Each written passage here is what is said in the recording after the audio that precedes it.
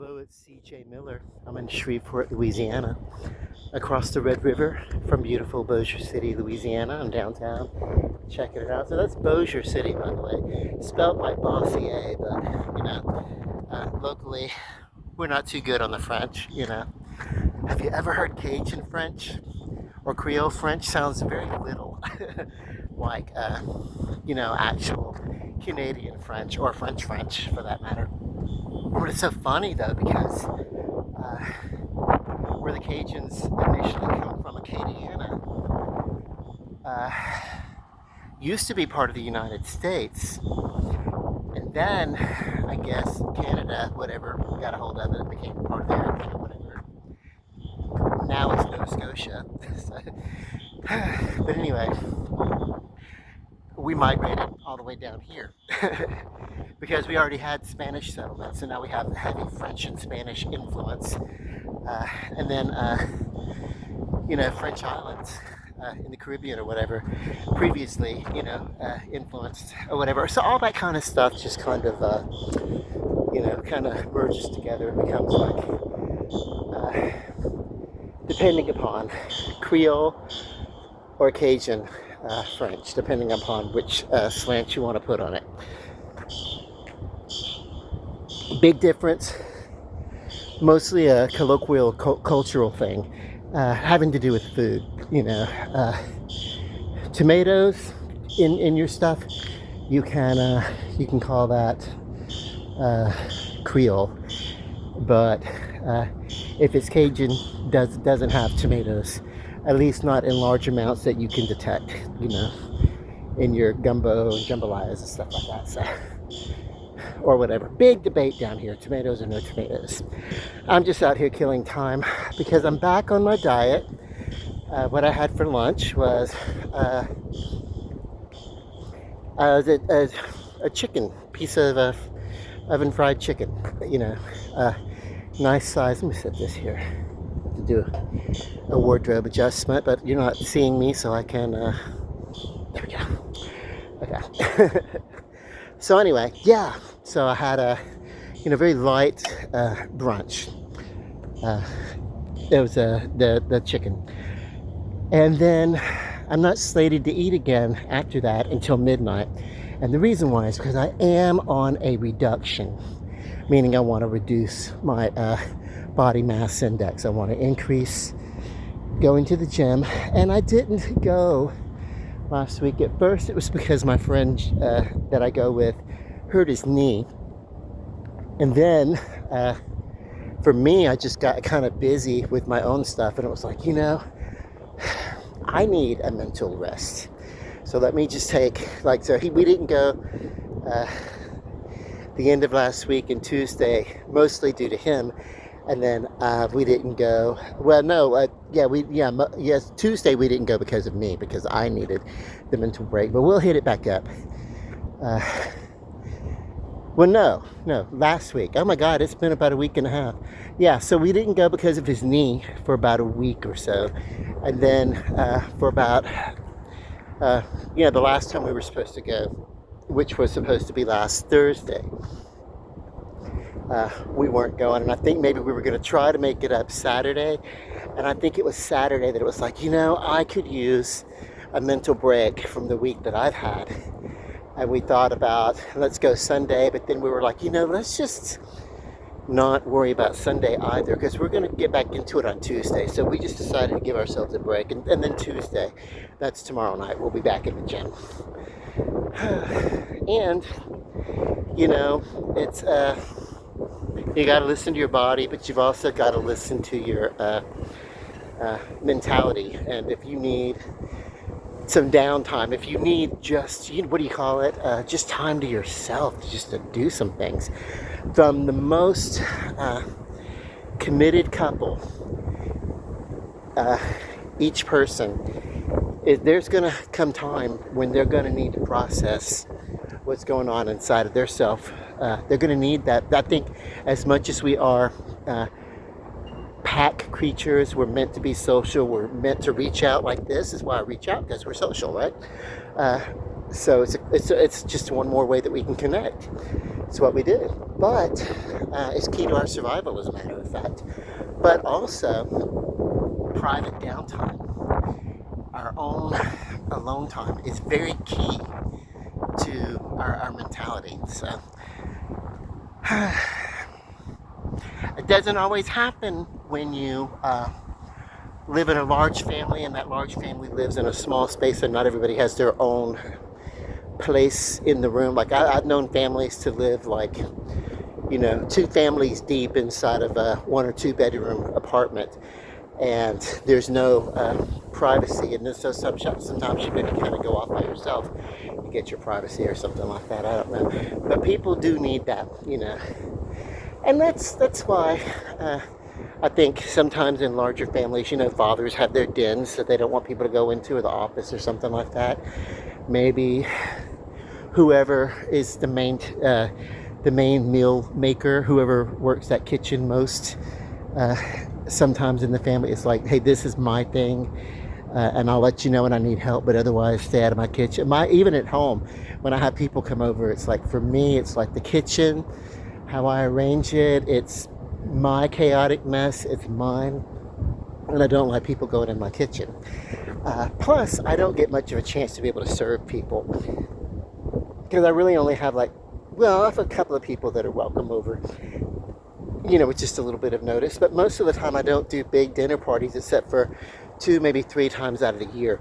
And I love to be able to serve people. I love to be able to set the food out, serve, make sure everybody's okay. I love that experience. But I don't want it every day. Just 2 or 3 times a year is fine for me. Okay, so yeah, I came out because I needed to get out and get some scenery, and I needed to kill some time before it was time to eat. I'll go home, I'll eat at midnight, approximately.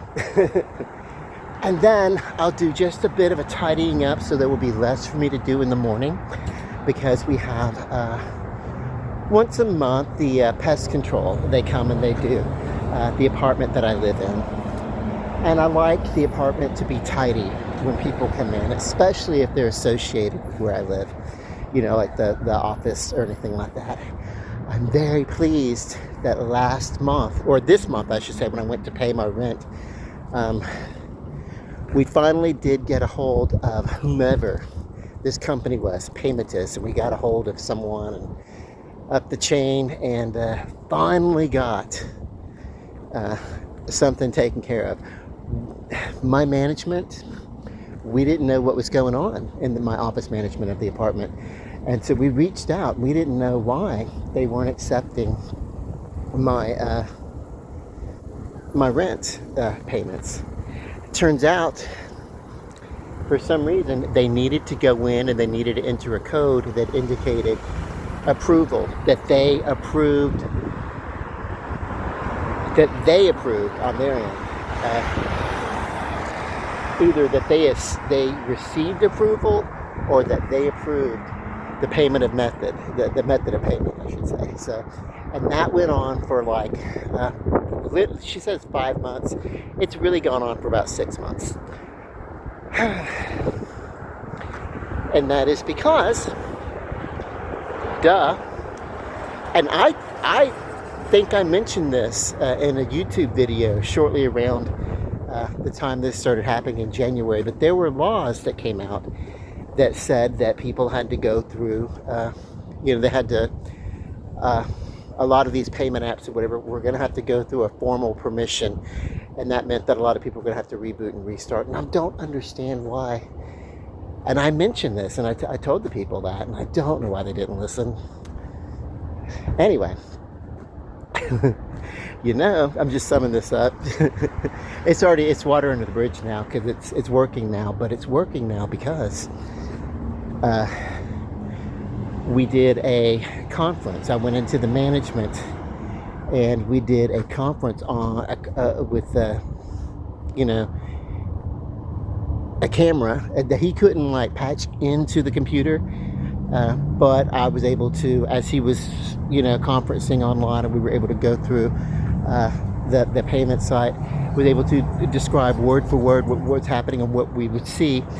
And literally, the instructions for fixing the problem generated in my home screen on this device, on this phone, when I went in. And it's like, are you telling me you cannot see this? You cannot see how to, it's coding.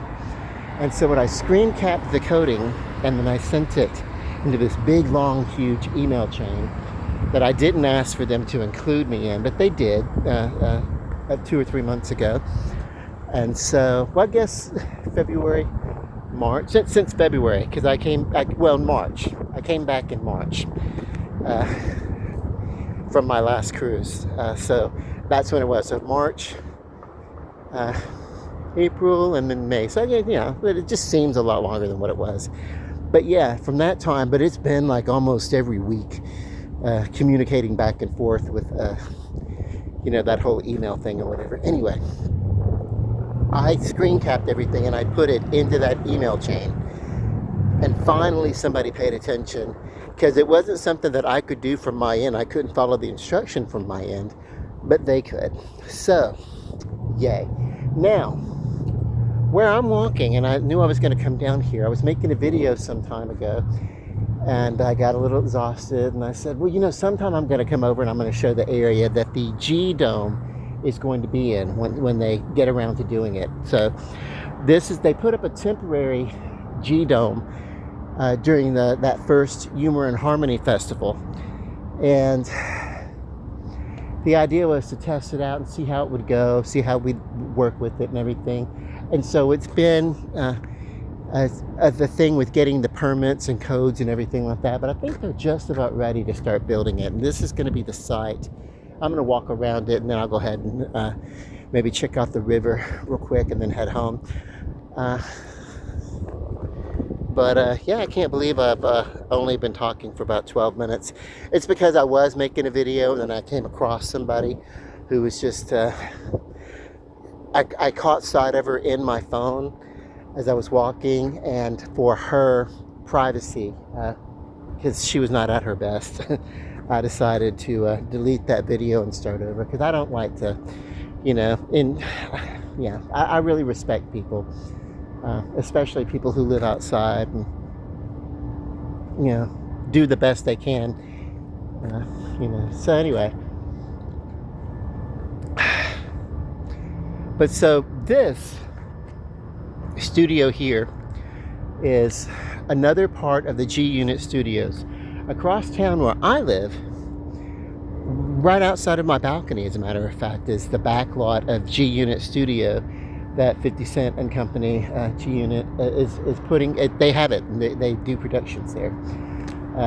And then he owns a few spots, one of them called the G Spot, So under the bridge that we passed by, if I were to go under this bridge right here, under the Texas Street Bridge, also known as the Bukowski Bridge of Lights, also known as, I don't know, the Long Island Bridge or whatever. So it's got 3 or 4 names. But yeah, under that bridge there's a club called the G Spot. It's pretty cool. But this is gonna be it. They're gonna build the right here.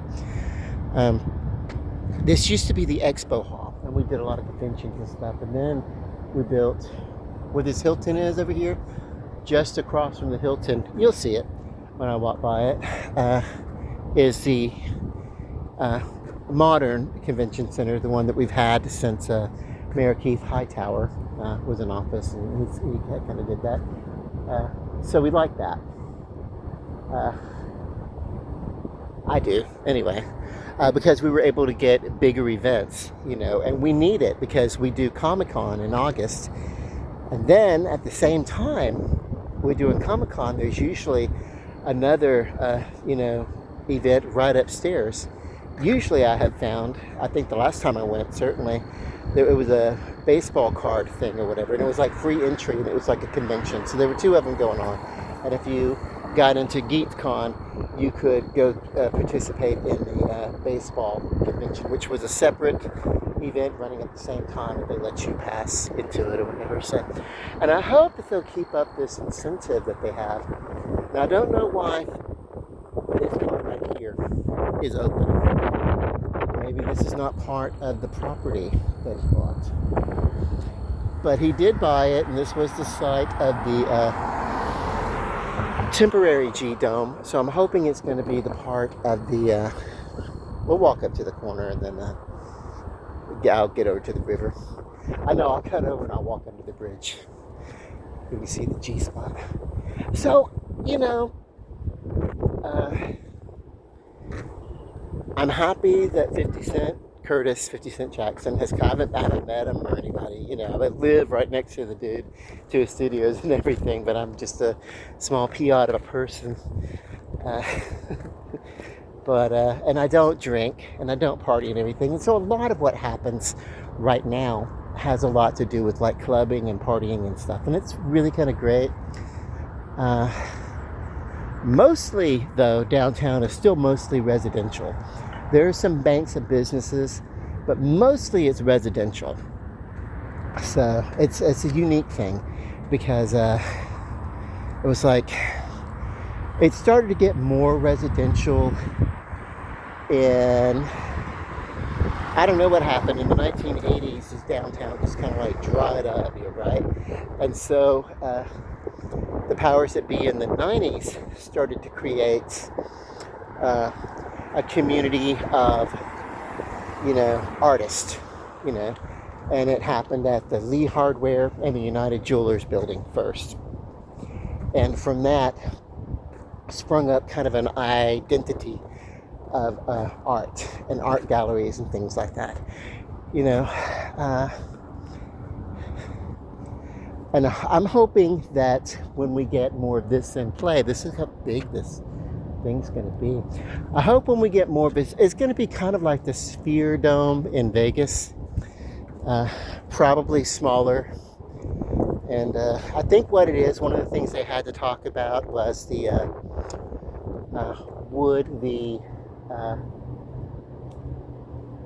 decibel of light, the amount of light that it produced, would it be disturbing to any residents that live down here or something like that or whatever. And I don't think anybody lives right here. One of the things that happens sometimes is that there used to be an issue of some clubs having an outdoor venue, and sometimes they would get in trouble for the volume. For a couple of years, the volume of having parties out on the street and outside the club or something like that. You know, like right around here, people would be partying on the street, and people would turn up their volumes, and so at the clubs and everything like that. And it would be like, but there's also a heavy residential presence downtown where people live in these buildings. And,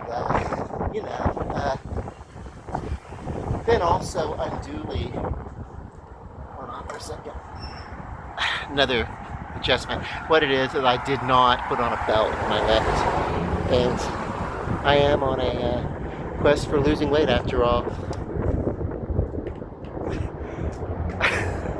So my pants are not holding up as well as they should. But anyway, yeah, so that was some of that, you know, some of this traffic that's coming through couldn't get through with some of the clubs, filling up the streets and everything. So they really had to kind of readjust how they were doing things.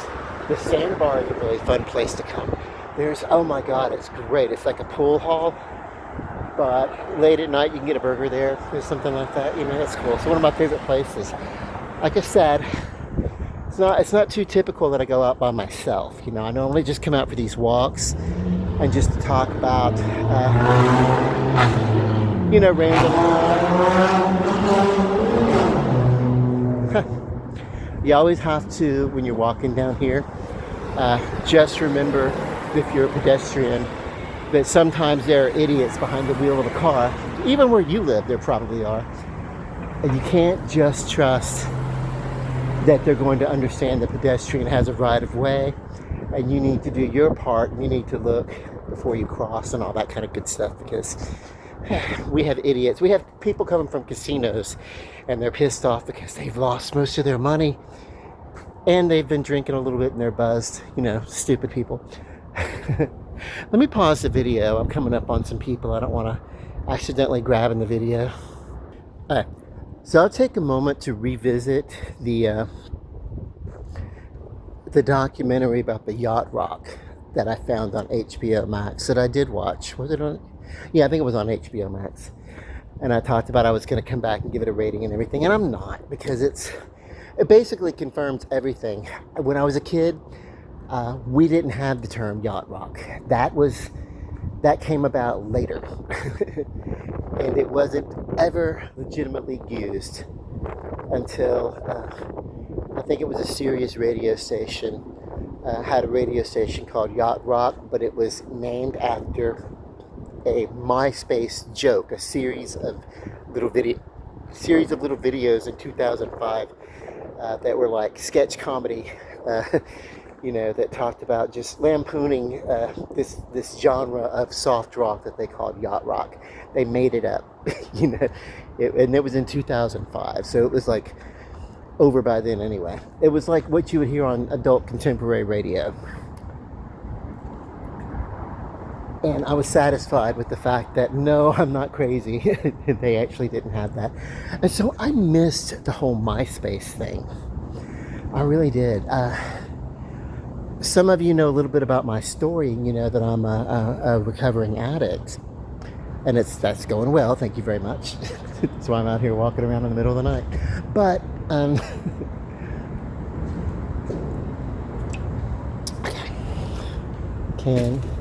in a garbage can. Okay. So,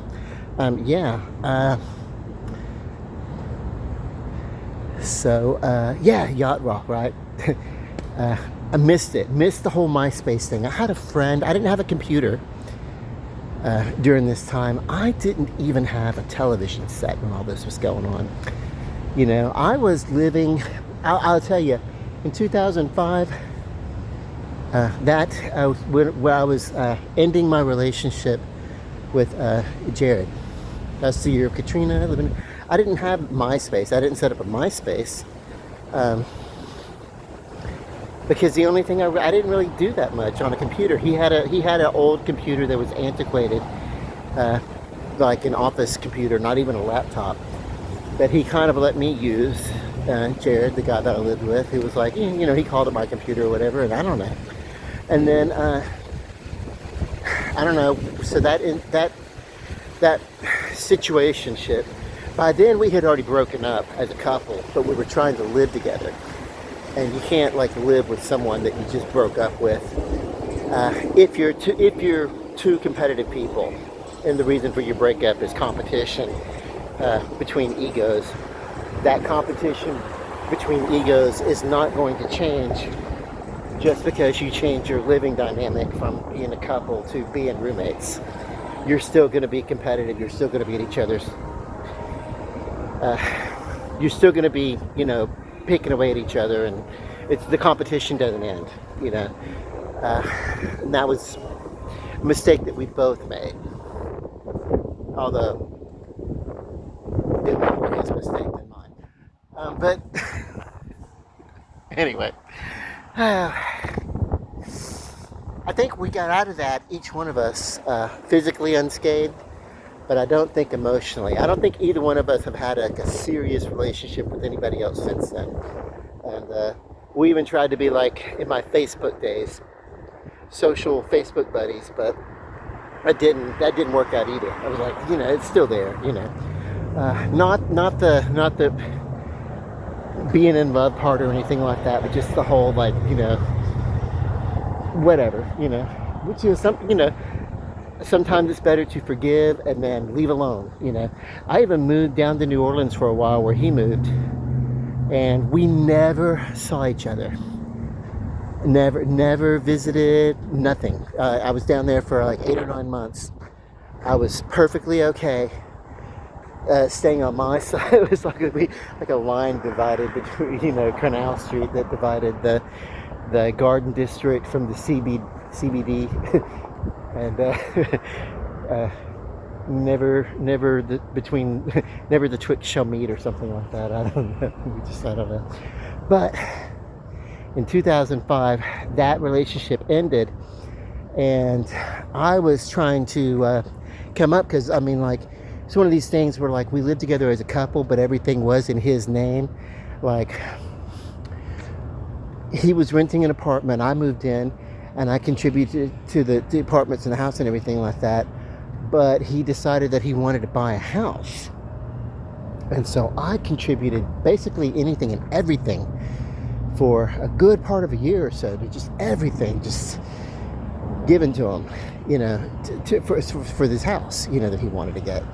And so we broke up, but the house was in his name. And I had, at this point, had not been working. I was working. I was working a daytime job at a health food sandwich shop kind of thing, like vegetables on bread kind of stuff. It was called Eartherial. And anyway, it was a cool job, but it was only, it was a lunchtime thing. So, and I had an evening job right next door at the dry cleaners. It was called Glenwood Dry Cleaners.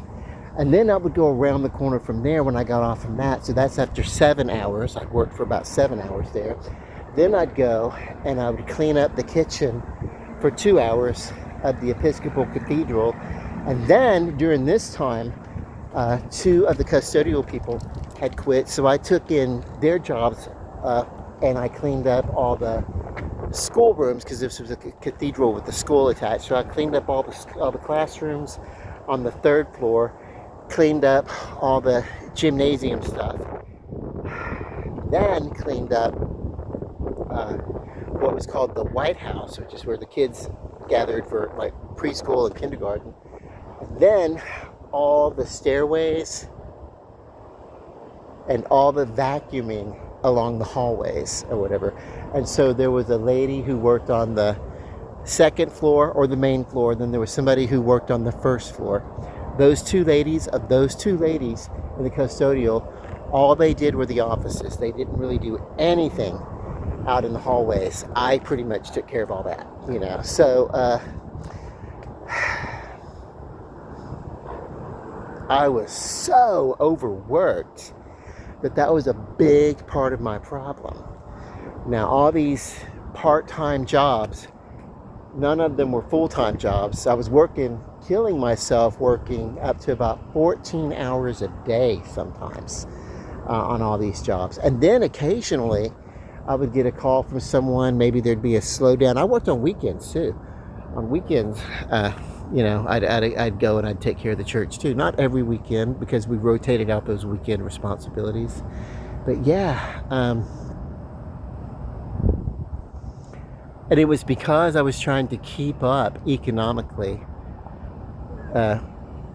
with the guy who was the assistant organist and the choir master of the Episcopal Cathedral. I'm not going to mention his name. I said Jarrett, but I won't say his full name or anything like that, because this isn't about hating on him or anything like that. But that was just I don't know. It was just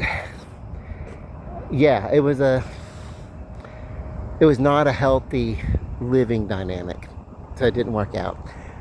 And so when I left, when I finally left the house, it was basically to get my head back together, because I was not in a good, healthy, safe space. That drove me insane, basically.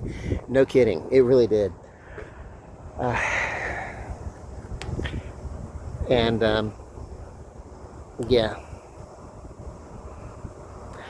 It drove me crazy. I got the letters to prove it. So anyway,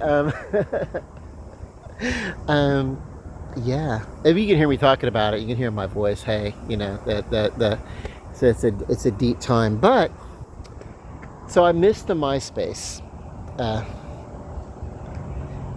Because after that, trying to find myself, trying to come up from nothing, I really delved deep into my addiction, and that was not my proudest moment, but I also didn't understand. I'm a single person again, I'm out, whatever, and this and that, and I'm making the social scene of whatever, I don't know. And yeah, not my best moment. Not my best moment, but it was me trying to cope with the fact that I basically had nothing and could barely afford to eat. And I was watching TV on a screen about this size right here on this phone, right? And it was so hard. You know that Lita Ford song, nothing to eat and no TV, looking in the mirror, don't get it from me. So that's what it was like, right? Except today, now that there's content all over the place, almost all of us look at content more on a screen this size, less than like 7 inches of a screen. Most of us do that. Anyway, so today it wouldn't matter. But yeah, I don't know. Sitting around, because I had a screen that was part of it was a personal it was a personal DVD player, movies, the DVD disc. So I could put in little discs that I could rent from the library and I could watch those.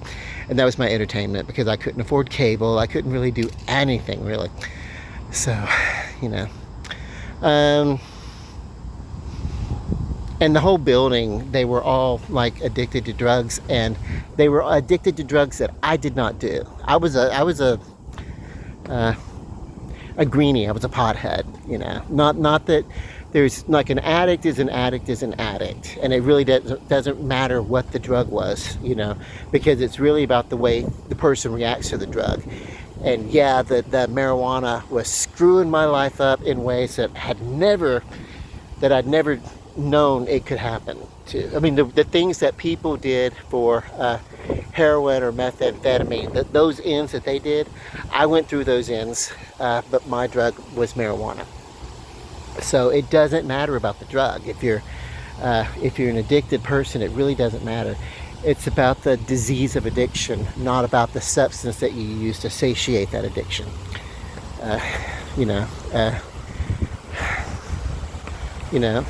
So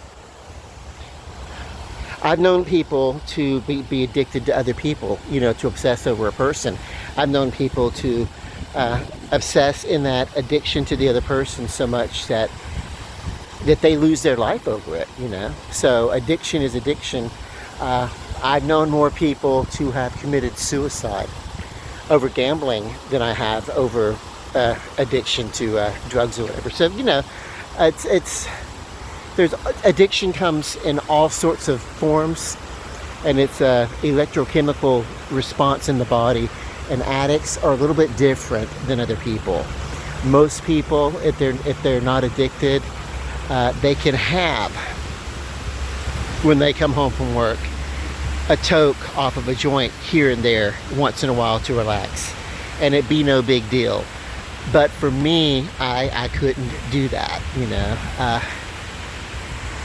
and during all that time, I was chasing the feed for this addiction, which was my way for coping with all this other kind of stuff, just whatever. I don't know. That basically, I missed the whole MySpace era completely. I remember one of my good friends, his girlfriend, she was batshit crazy, and we were frenemies. We were like friends in the same social group, but we were also like, it was like Trap House, the Trap House of Knots Landing, basically. It was just everybody was in everybody's business or whatever. It was like living in a great big trailer park in the sky, basically. It was the Jefferson Apartments. They're the companion building to the Fairmont where I used to live. I'll get into that. I'll trace it. But at this time, we did become good friends, and we did bond over our, a lot of us just went through a bunch of crazy shit, our immature lives together. And what we were doing, we were learning to grow up. We were learning to take care of ourselves and grow up. And as we grew up, then we eventually grew up and moved out of that Jefferson Apartments and moved away from each other and away from the bad influences, because I was bad for them and they were bad for me. But my good friend, who was my roommate at one point, his girl that lived in the same building, she set me up with she created a MySpace page for me that I never went to visit. I didn't know anything about MySpace. So even if I had a MySpace page, I think I looked at it once or twice in my entire life, and then it's gone. Because I don't think they keep those anymore. But this was right around 2006 or something like that. I don't know. Yeah. Whatever. By the end of 2006, going into 2007, I don't know. But I totally missed that whole MySpace thing. And in missing that, I missed the whole yacht rock. So, sometime later, I'm in recovery, and I'm looking to move downtown to be just a part of the downtown scene because I love it. Right across this river, right here, used to be at just on the other side of the boardwalk. Used to be where I would go to 12-step meetings at. There was a clubhouse there dedicated to us, 12-step meetings, and I used to go there. But there was an eminent domain issue where they came to widen that space out, and so yeah. So it ended up moving across from Bossier, but I had already fixated. I mean, I was still living in Highland, south of downtown, but I was already just determined, hey, I'm going to move back downtown anyway. The boardwalk's over here. There's other reasons than just that 12-step meeting, that I could go. And so,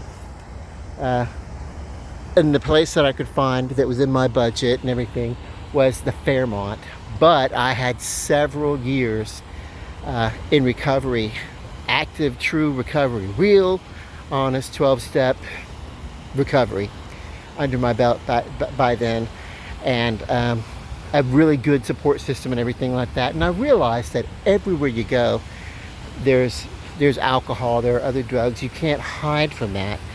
And you can't geographically say, hey, I'm just going to stay right here, and I'm never, because even in the best neighborhood, if you live on a place that's next to a country club and it's a 3-story house and it's nice and everything like that, you can bet your sweet ass a couple of houses over there's some serious addiction going on. You don't hide from this phenomenon. It hits people of all economic places in their life, all different phases of their life. Wherever you are, there's this risk. If you're an addict, you you can't do drugs, that's, other chemicals, So that's, that doesn't change, and you can't hide from it.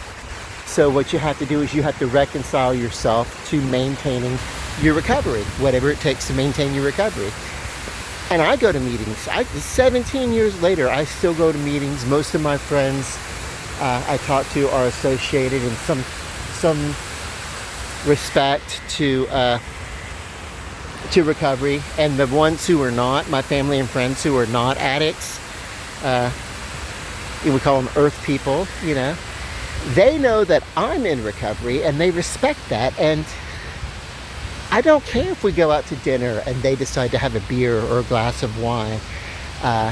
If I were to let the fact that I couldn't drink and do drugs keep me from life, I wouldn't be able to go on vacations if I want to go on a vacation, like take a cruise or something that I want to do, and I enjoy cruises. I wouldn't be able to do that if I were afraid.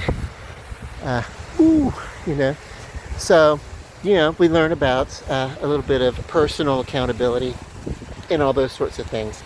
I didn't necessarily mean for this to turn into me sharing about addiction, but we started talking about Yacht Rock, that documentary, and why did I miss it? It was because we never called it Yacht Rock growing up. That was just a gag, a joke, and then people it's kind of like, I'll tell you, Saturday Night Live. Uh, there was a skit, and everybody knows this, who knows it. It's very classic. Christopher Walken was doing a guest spot, and the band, they were doing a gag on the band, Blue Oyster Cult, in the band Don't Fear the Reaper. And so, more cowbell. And that became so classic, that skit, that it's now and forever in the zeitgeist, and it is evergreen, that bit of a skit. If you say more cowbell, people are going to be able to, oh wow, maybe they'll, I forgot all about it, but yeah, that was funny. They will know that skit, so yeah. Well, this is kind of like that, the whole yacht rock thing. And I tell you, when I heard it recently, most recently, was let me step up here. I think there's some gates right there. So I just like basically rolled up a ledge. Who the hell rolls up a ledge?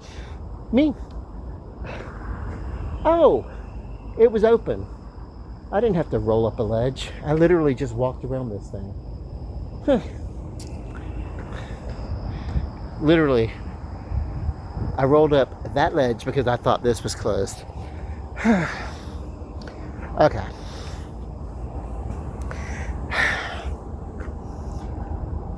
Speaking of cruises, Carnival Cruise, Carnival Cruise Line, last weekend or so, there was some major glitch. Now, I had already booked my future cruises for the last week of January and the first week of February, at least to start. And I may, we'll see where we go on that. But I booked them so far in advance, so I have time to pay them off.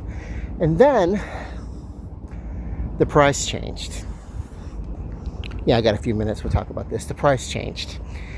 But I called in to say, hey, and it wasn't a big change. It was from my room was $418.38, and I think they had changed the price to $408. So I called in to see, hey, does that price change go into effect? Why not? Who doesn't want to save $10? Whatever.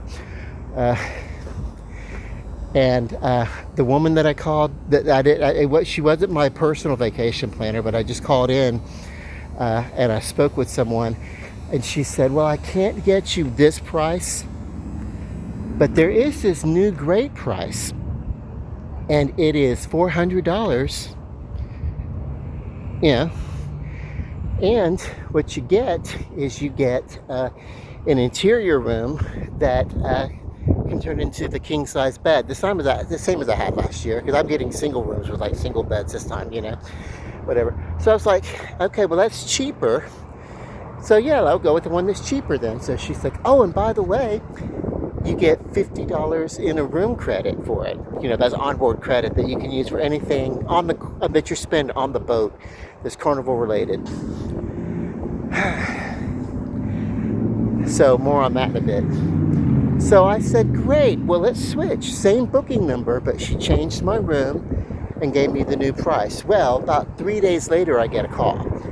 And I've already talked to my other friend locally who's going to go and book a cruise with me. And he did. He booked a cruise to go with me at least on the first week in January. And then I have another friend from Houston who I met earlier this year, actually. I forget, this was so recent. In March. I met her in March. And we decided, she was actually on that cruise that I went on from the end of, it was February 27th, and then it went into March. She was on that one. Anyway, we became friends, and we exchanged numbers back and forth and everything, and I couldn't go on the cruise that she wants to go on in November, so she's going to come back and meet me in Miami and go on the second part of the cruise that I'm going on in February. That's how cool people get about this, So I definitely want to go on this cruise. But they called me back about 3 days later, and they gave me this whole spiel about there was a computer glitch offering just offers that were just outrageously low. Turns out the offer they were offering that was outrageously low, The room that they had me in would have cost $439. So they're the difference. They're causing all this ruckus over a difference of $40, by the way. But they did offer, if I would go back to the original booking, the original arrangement, that was $418 and 38 cents for the single room, the same room that I'm going to be in on the. I won't even have to change rooms, basically. If I would go back to that, they would honor that deal and, for my inconvenience, give me an onboard credit of $100. I said, you know what? Sign me up. I'll take it. Right? Same room. Then I'm going to be in the same room for the first 5 days. It's not a week. It's 5 days. 5 days in one room. Then I go through customs. Actually, customs comes on the boat, so I never have to leave the boat. Go through that checkpoint, and then I get to go right back to my room for another 5 days. So then what happens is they call and they give me this offer and everything like that. But later that night, I look at the booking and I realized the price they had me on was not $418 and 38 cents. It was $478.38, a difference of $60. And I can't see the booking. I can't see booking details or anything like that. So I've been calling them every day. And in the notes that I've called, and I've called a personal vacation planner that, you'll get a personal vacation planner when you sign up for Carnival. And she'll want to do everything for you. So we texted back and forth and everything like that. And then finally at one point she was like, I'm going on vacation. You can just handle this yourself. So is she on vacation? I hope so. I told her, have a good vacation. 2 days before going on vacation, she asked me, she said, do you want to handle this yourself or do you want me to handle it from the inside? And I told her, I said, well, you probably know more about it, so why don't you handle it? And she responded, smart man. So I let her handle it. And then I checked in with her two days later, and she said, I'm going on vacation. You can handle it. So they have not completely fixed the glitch that they have going on, and they need to repair. They put in the notes that they're going to honor my $418 and 38 and the $100 room credit and everything like that. They're going to honor that. But in the meantime, this offer is the kind of offer that it's $478 and 38 cents, and instead of a $100 deposit, it's a $300 deposit that's immediate. And of course, they've been sending me emails saying that if I can't pay, or if I don't pay the other $200 immediately, that I would forfeit the $100 deposit. And if you know anything about me, craziness. So if you know anything about me, I'm pretty good at negotiating and talking things down and everything. So I reach out, and it's like we basically just had a true conversation about what the offer was, and the conversations and what I agreed to and what I did not agree to, and the legality of, and I went there with this, that the fact that I was assigned to a room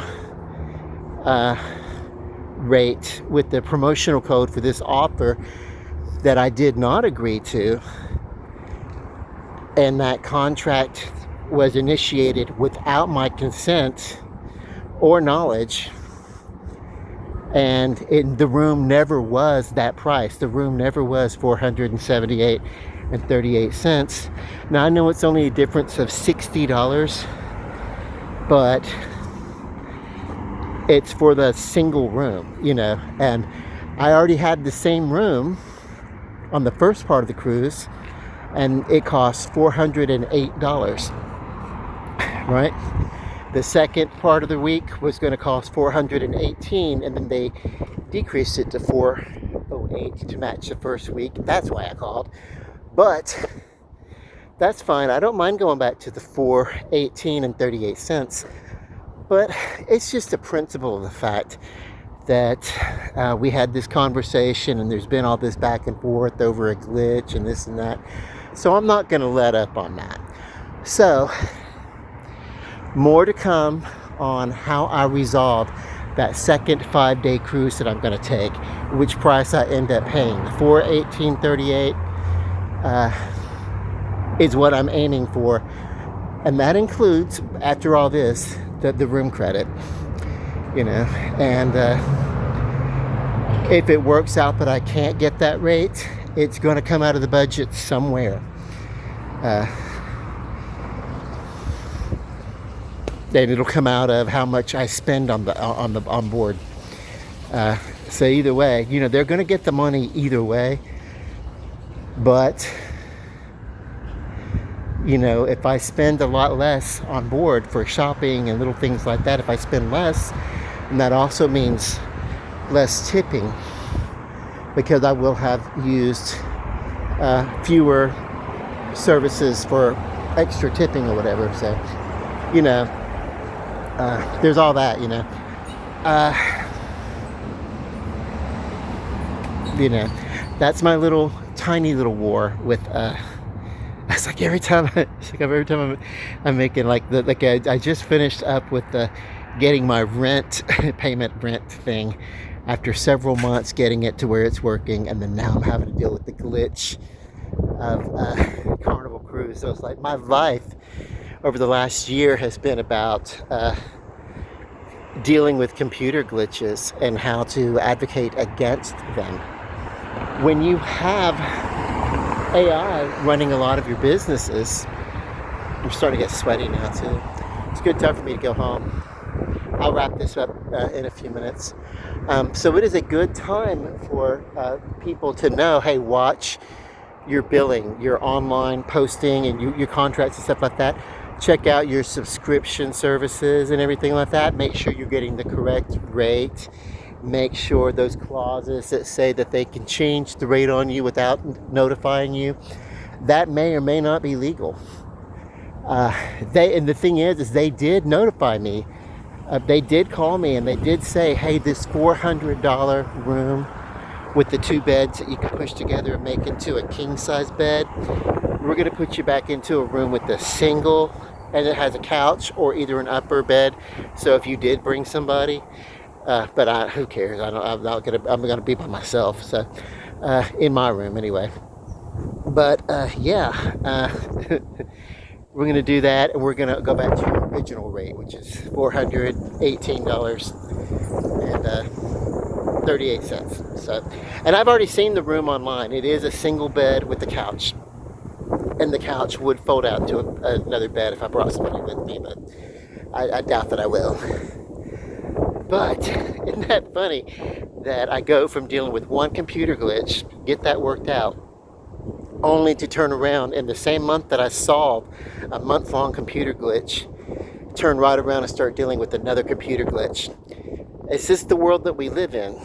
And also, if it's a computer glitch and the difference was for the room, either an $18 difference, so it was $418, and then what I would be paying would be $400, so they'd be losing out $18. And then the room is almost the same room, except instead of 2 beds, it's got a bed and a couch. So either way, I don't know. I don't care. I know the double room now lists online for $439, $439.38, or $438.38, $438.38. I don't know what the 38 is, but so for $38.38, and then that's in the same room. That was the deal they were having. And it's like, you know, they could have just asked me to pay the additional $38. I probably would have been okay with it. Or they could have put me back in the other room at $418. It's what they should do. It's what they're going to do. It's what they say they're going to do when they fix their glitch. So then we're talking about a difference of $20 that they're having a conniption because of $20. And so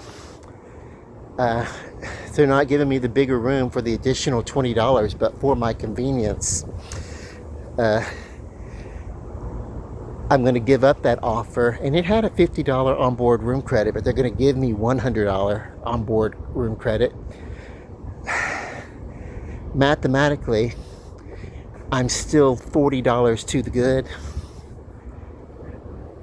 as soon as they fix their glitch. Okay. I need to go home and eat food. And by the time I get home, because it was around 10 when I left, and it's a little after 11 now, and I do midnight, so I was holding out till midnight.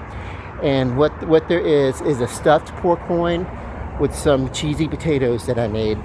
And then it got done, and I'm like, well, let me just stop this and let me step on out and go take my walk around, and talk about whatever I want to talk about. And yay. So I do watch my money very carefully. I advise everybody to watch your money very carefully, and AI, whatever. But also little bitty things, little bitty nuances in the world that throw us, that wreck us. Let's not let it have us blow our top. This is the kind of thing that would have had me so pissed off a few years ago that I would have said, F you, screw Carnival, give me all my money, and all sorts of things. There are a lot of people who are mad about this, and a lot of people are threatening class action suits. I don't know how an individual threatens a class action suit. You actually have to get with a lot of people and whatever, I don't know, blah, blah, blah. But I don't know. I feel like I trust Carnival. I feel like if they do the right thing and they honor me with the $418.38, which is the original rate, I will have no real gripes about it, because glitches happen. But they sure are making an awful big noise. See, if they can make a big deal for about $20, then I can make a big deal for about $18, Anyway, or $40. I guess I would be $40 to the good.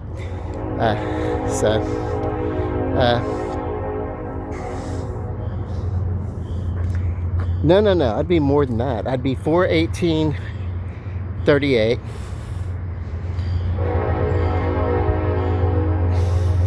But I would have lost 50.